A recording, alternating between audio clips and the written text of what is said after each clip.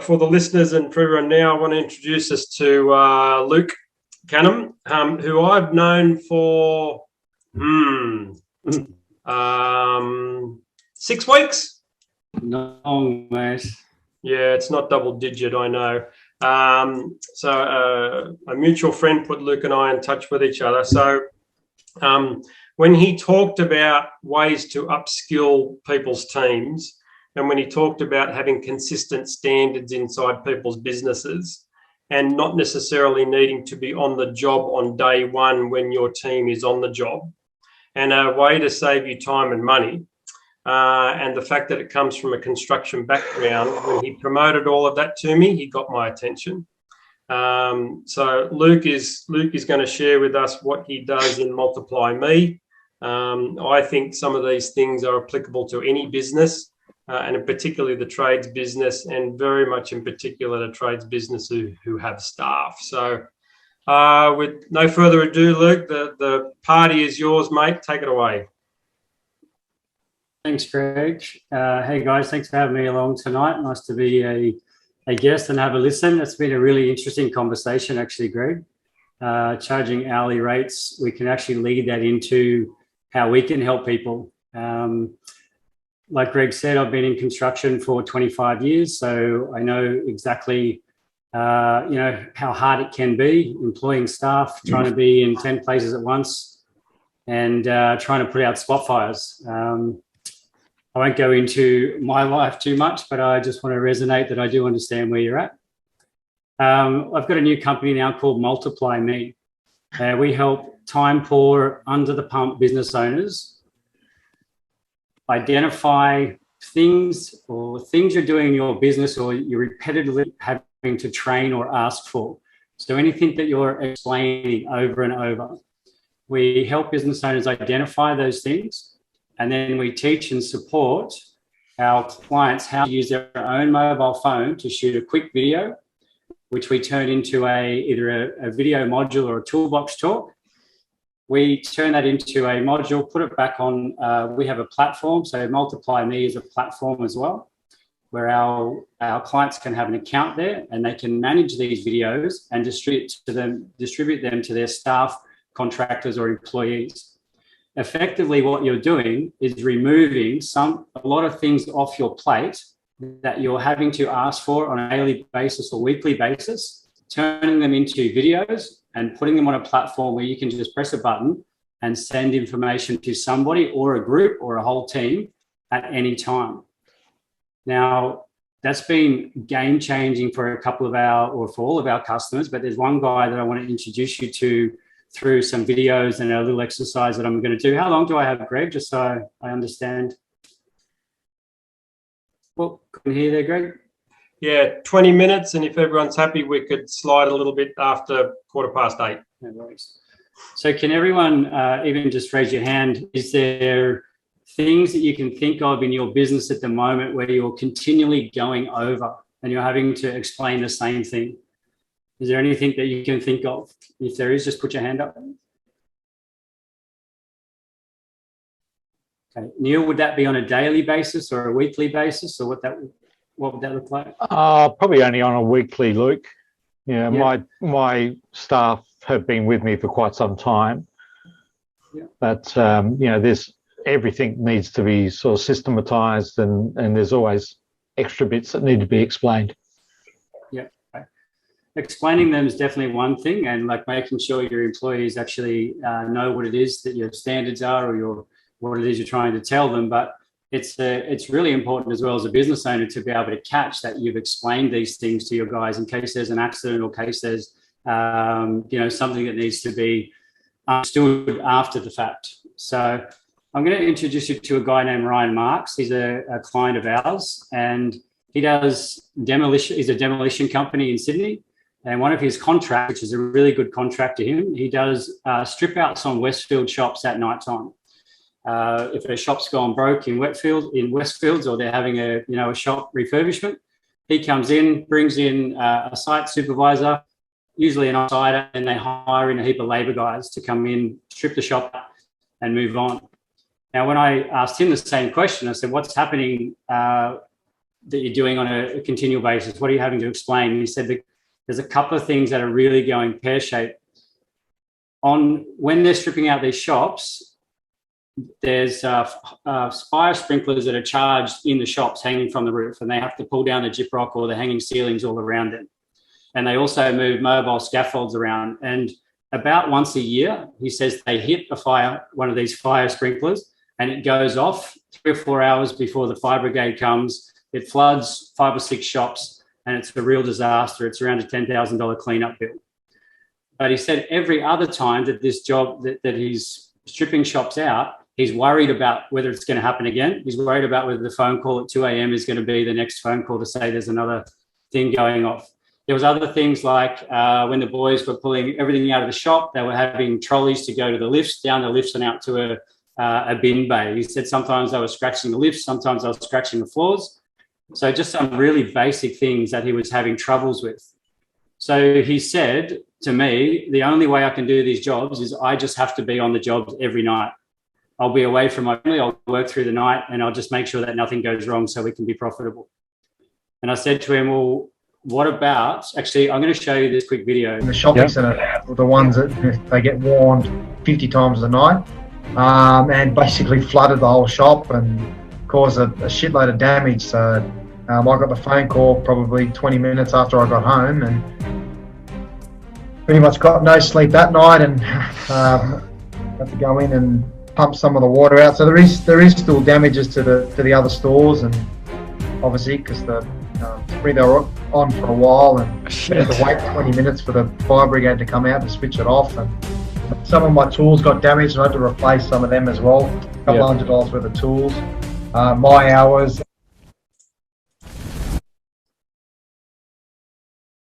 So you can see how hard that is, and I'm sure we've all had days where things have gone really pear-shaped. So I said to Ryan, can you grab your phone, explain to your phone what it is that you want done, create awareness around what can happen. We can turn that into a training module and put it back on the platform where you can manage it and send it to your new labourers. So he said, fine. He sat in the front seat of his truck. He made a video, and he gave us some extra footage of a sprinkler going off and a couple of other things like that. I can show you the video quickly now.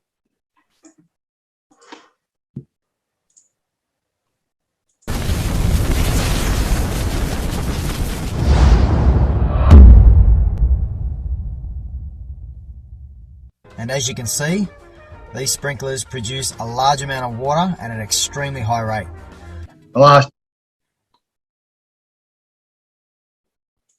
So this is Ryan after he made some videos, and can you hear me there, Greg? Yeah, mate, go for it.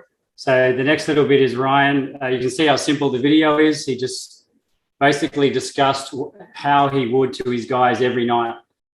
Put it to a video, and then after he started using the videos, this is his response.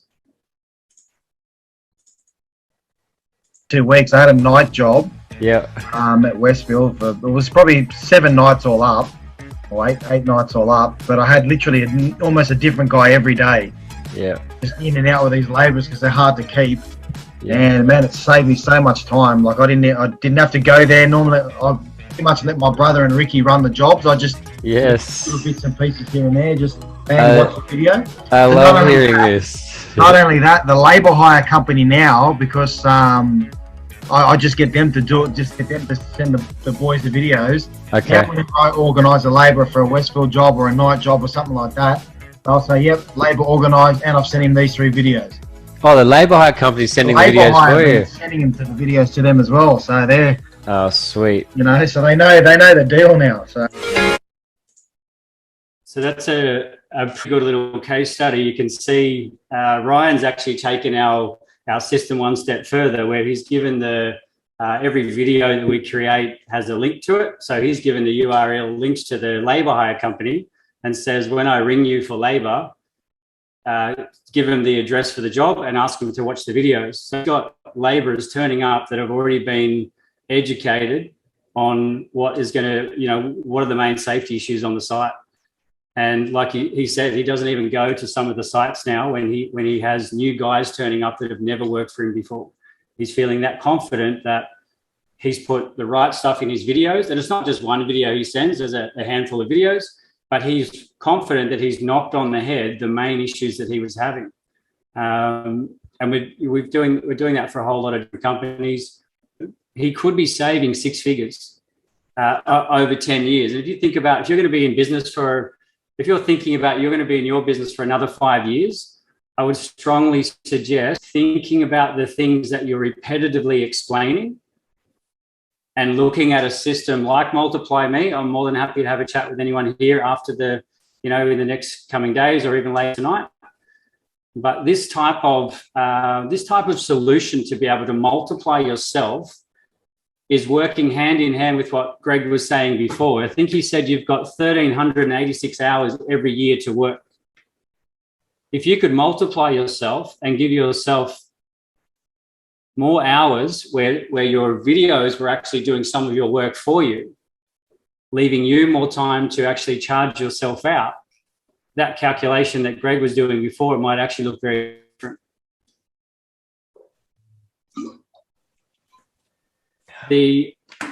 Does anyone have any questions there?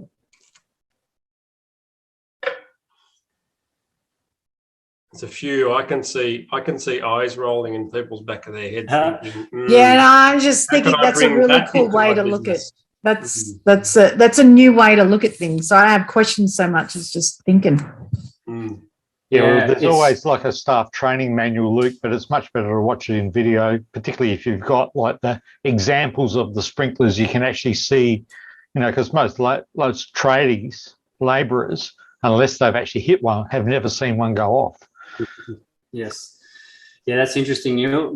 So the feedback from everyone who's watched the video, the labourers, they treat the fire sprinklers like brown snakes. They just don't go near them. They're actually, Ryan actually said to me, I didn't mean to scare the shit out of them, but I've created awareness around it that they actually believe they're dangerous now, which they are.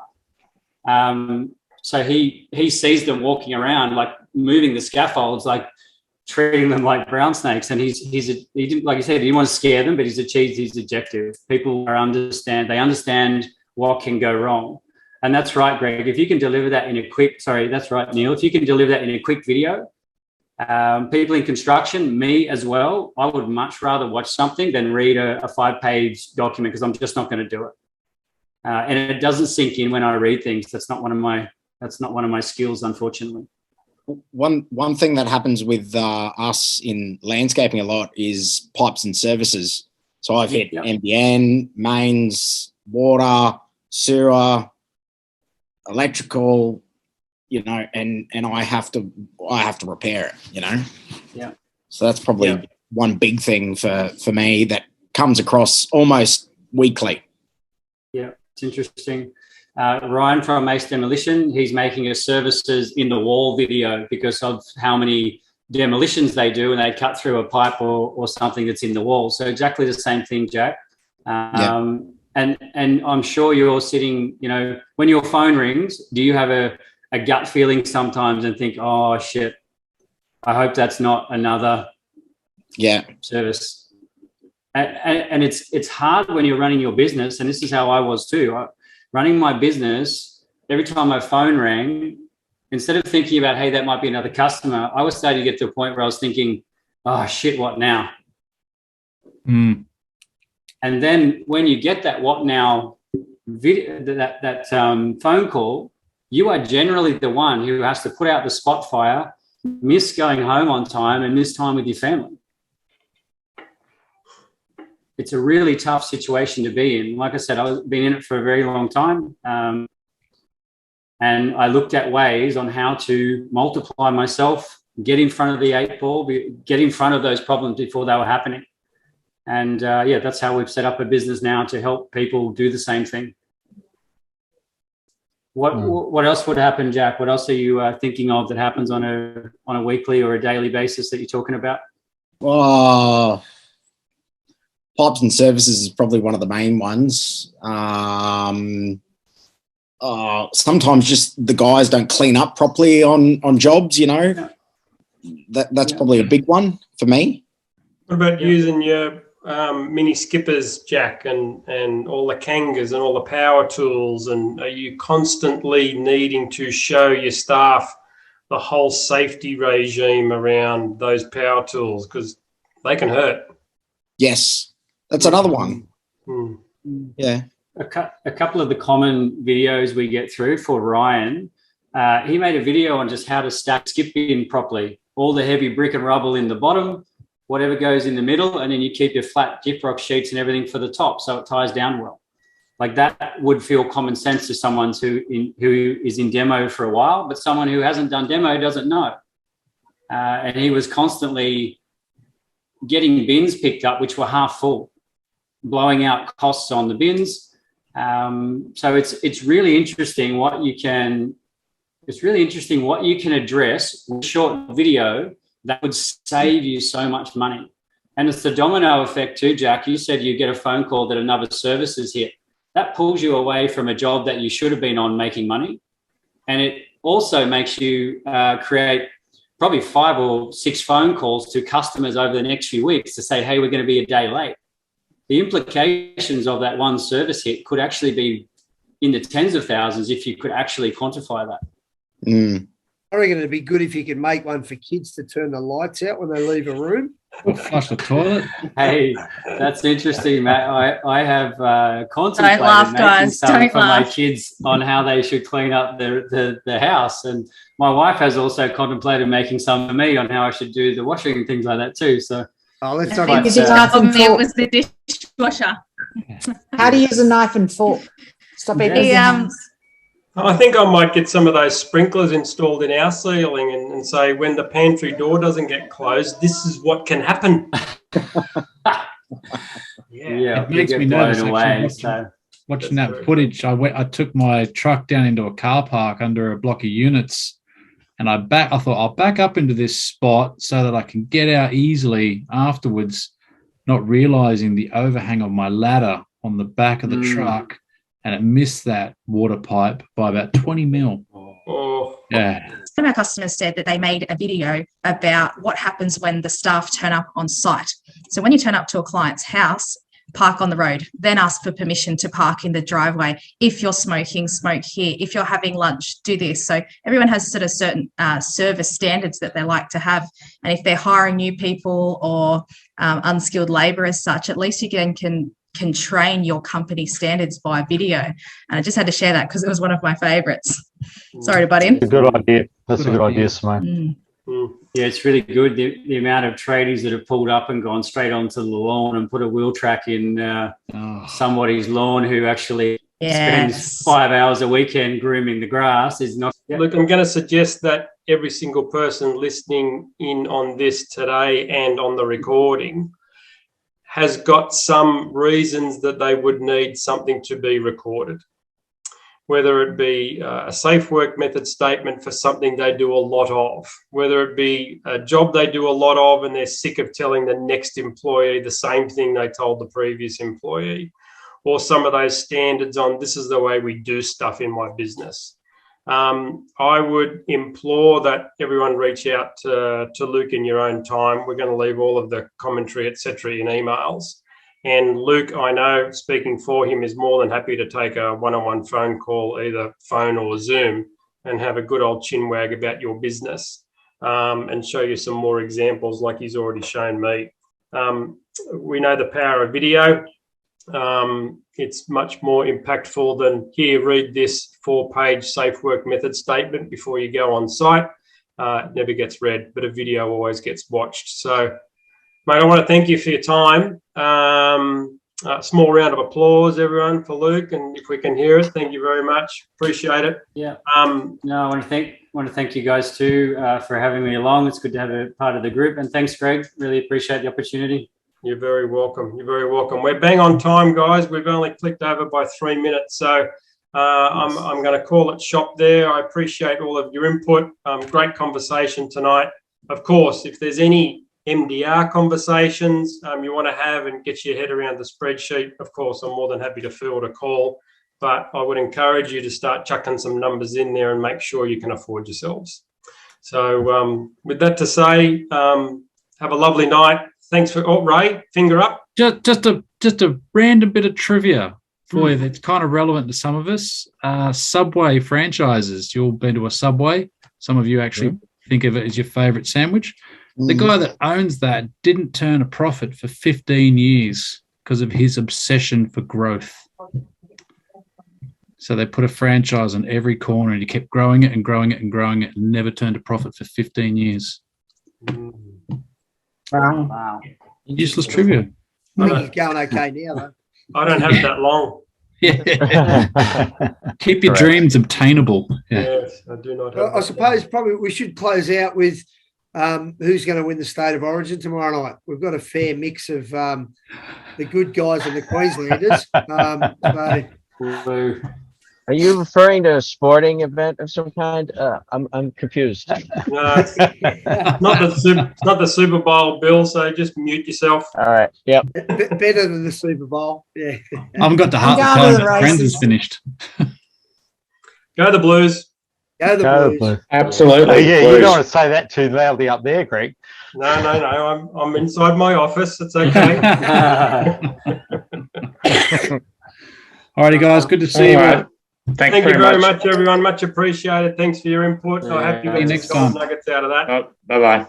Bye, everyone. Good night. Enjoy. Thank you. Thank you so much. Welcome. Thank you, Bye. Greg. Thanks, Greg. See you, mate. You're See you welcome. guys. Thank you, Greg. You're welcome. Cheers.